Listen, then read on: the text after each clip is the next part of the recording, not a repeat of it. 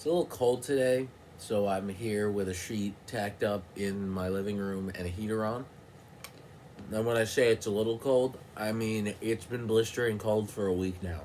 It was a balmy -4 out today.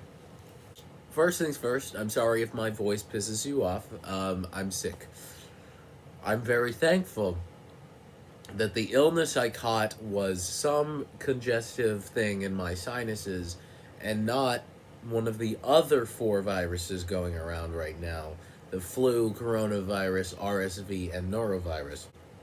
Norovirus is so bad in my town. Like, the town next to us, they have 200 kids in their school, and 90 of them were out with norovirus last week.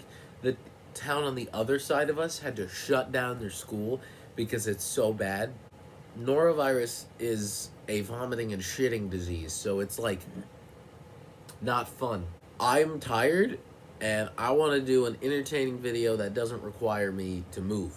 So I'm going to sit here and I'm going to read Reddit stories on r slash am I the asshole? And it's people asking Reddit if they're the asshole. And I don't, Smosh does this sometimes, and they have friends.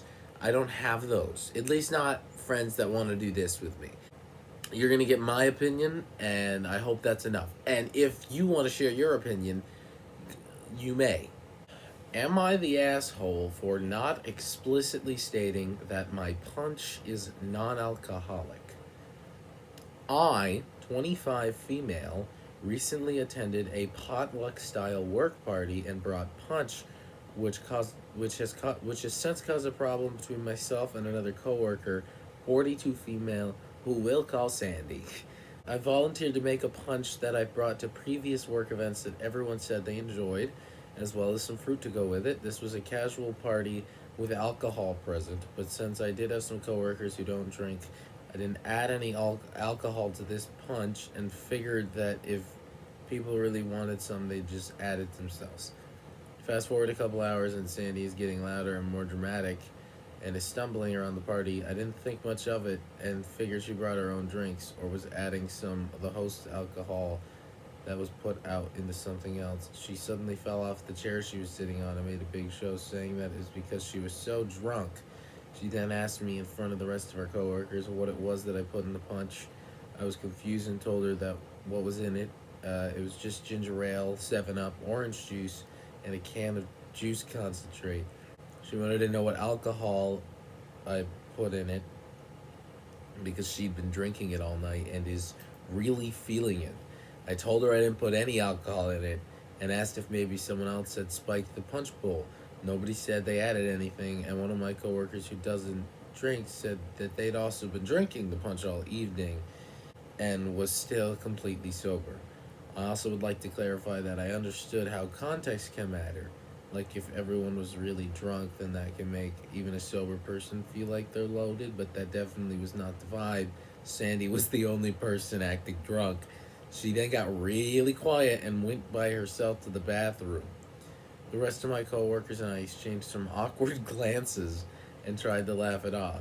She left shortly after, and I received an angry text from her about how I shouldn't have embarrassed her like that, and that now she looks like an idiot in front of our bosses. She's been acting hostile to me at work ever since and is basically refusing to talk to me.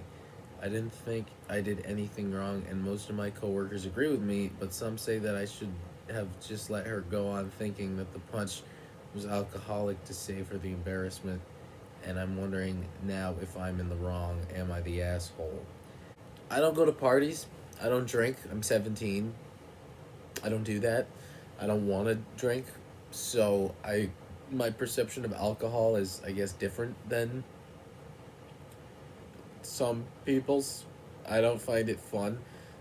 I don't know if that would influence my answer to your question at all, but I feel like I should say that. No, I don't think you're the asshole, Mrs. Dean Skis. Mrs. Dean Skis. Mrs. Ms. Dean Skis. I do not believe you are the asshole. I think Sandy's being a little ridiculous here. If it was your drink was alcoholic, and you did not explicitly state that your drink was alcoholic, and one of your coworkers that didn't want to drink ended up getting drunk, then I would consider you the asshole. But that's not what's happening. No.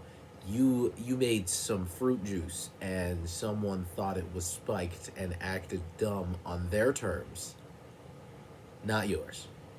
You're not the asshole. Sandy was experiencing a placebo effect. I actually was totally thinking that and I thought I said it out loud, but I didn't. Am I the asshole for not paying for Am I the asshole for not paying some kid's medical bill? They say it twice. So for some context, I own a cat named Bandit. I will commonly refer to him as my cat in the story.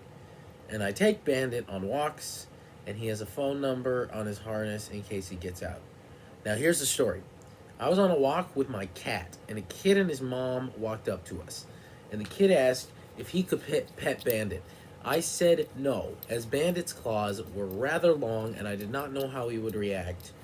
Regardless, the kid pet him and my cat scratched him, causing a rather deep cut. I apologized, but also pointed out that I had earlier said no to the kid petting the cat, so it was kind of on him. The kid's dad was rather understanding and said he would contact me so I could tell him what my cat was vaccinated against. Fast forward 5 days and I get an angry text from the kid's mom, who likely got the number from the kid's dad, saying I need to pay the kid's hospital bill since he got an infection from the cut. I asked her to send it over, and after looking at it, the cause of the infection was not from my cat, but it was from the cut remaining untreated. The kid was probably playing in the dirt. I refused to pay for it as the infection was not my cat's fault and the kid touched my cat without permission, and then I blocked her.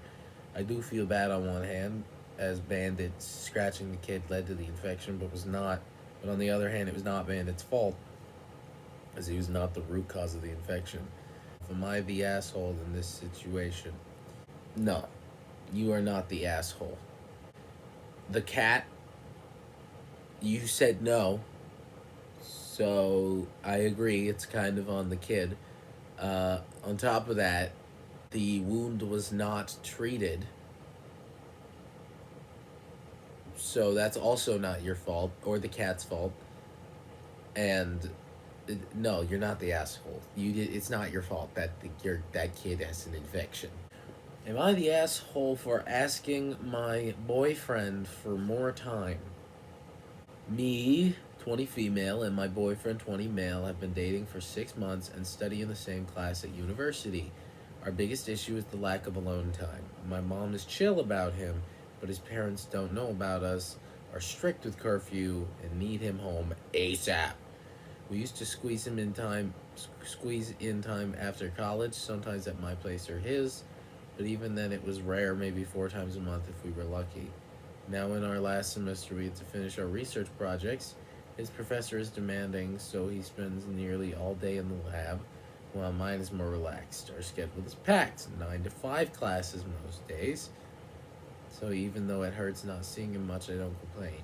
He's a good boyfriend and we love each other. He tries to make an effort for me as well. He makes an effort to meet me after college daily, but it's just 20 to 30 minutes before he heads home. And my mom is usually around. I miss holding hands, cuddling, kissing, but we never get the chance. Lately, even if I ask him to come over just once a week, he refuses, saying he has to work. Once, after a lot of whining, he did finally come around a month ago, but he panicked about his workload and barely talked to me. It was distant even when we were cuddling. Saturdays are off limits because he either needs rest or his parents would notice that he's going out often on Saturdays. I'm not allowed to give him flowers either because he cannot take them home, so I just came empty-handed that day. I understand he's busy, but his workload isn't impossible. I feel guilty for asking and like I'm just a distraction. After college, we might have to go LDR. I don't know what that means. And his strict parents won't let him visit, meaning these are our last days from freely seeing each other. but he doesn't even sit with me in class for more than an hour. I recently had a fallout with a friend in the class, and now I sit alone most days, which makes everything worse. I told him how I feel. He said he'd work on it, but when our day off came, he didn't even bring it up. Am I the asshole here for asking for more time, or is it fair to feel hurt? No, you are not the asshole. I don't really know much about the situation, but this is either on your boyfriend or on his parents. Like it really feels like he's 20 years old. So I don't I I don't understand this curfew problem because he's an adult, you know? If I was 20 years old, it doesn't matter if I was raised on a strict curfew. I wouldn't panic if I spend a little extra time with someone I love because I'm an adult. I can do that. I mean, it sounds like a lot of work for him. I understand that he wants to rest. I'm 17 and I don't know. I can't offer a solution to your problem. I don't really know. I don't have enough life experience to tell you what to do.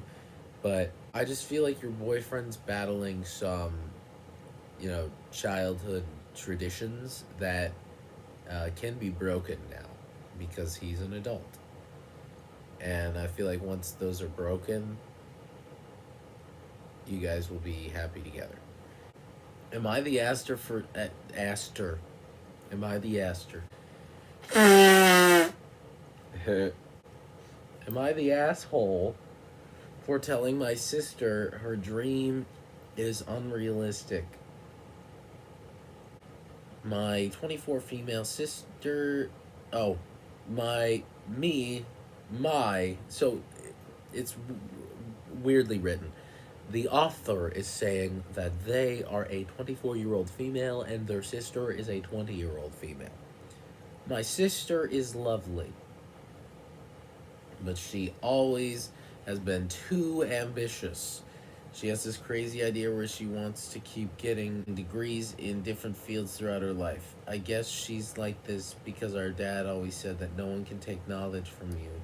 But when he said that it was for us to pay attention in high school, not to stay in college forever.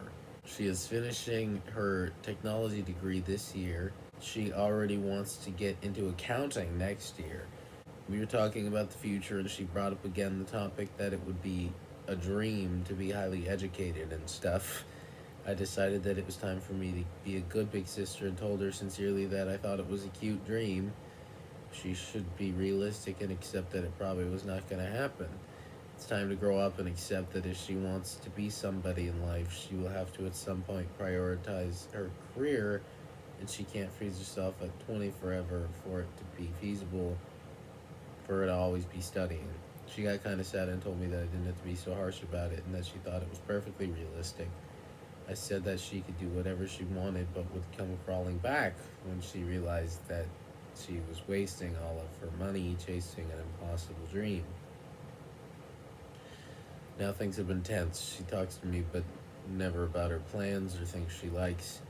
I kind of wish I never said anything, but I do think I'm right. I'm worried that she will waste her young years on a passion for studying she will probably no longer have in 5 years. She's an intern in a good company instead of working hard to get hired. She just spends all her free time studying. My parents think I was too harsh and that our place as her family is to stand by her whether her dreams work out or not. Am I the asshole? Yes. You are. One of my favorite quotes, whether or not you agree with her politically, is by Kamala Harris. Never let anybody tell you something is impossible because it's never been done before. I think that's a very powerful statement. And since she gave that line in her concession speech, I have taken that line to heart. Just because everyone else is following that standard of you study, you get your degree, maybe you further your degree to a master's degree, and then you buy a house, you get married, and you have kids. Just because not everybody is exactly following that standard, if she wants to pay for these educations that you mentioned are relatively cheap, for these educational experiences and learn, don't stop her from learning.